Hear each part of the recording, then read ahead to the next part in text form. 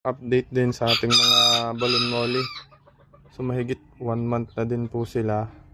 Yan, malalaki na din po sila. Pero kung yung size po na expect natin, hindi pa rin po talaga sila ganun kalaki. Yung iba po kasi nagpa-power feeding at gumagamit sila ng mga live foods.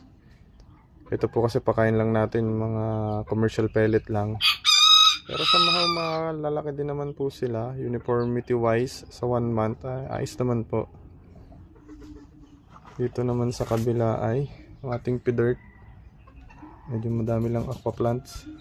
Hindi sila masyadong makita. So yun po yung mga update dito sa ating mga isda. So baka ilipat ko po ito dun sa tank sa loob kasi wala pong laman yun.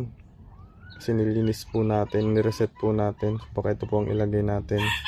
Kasi yung mother nila nag-drop na po ulit eh. Tingnan po natin. Kasi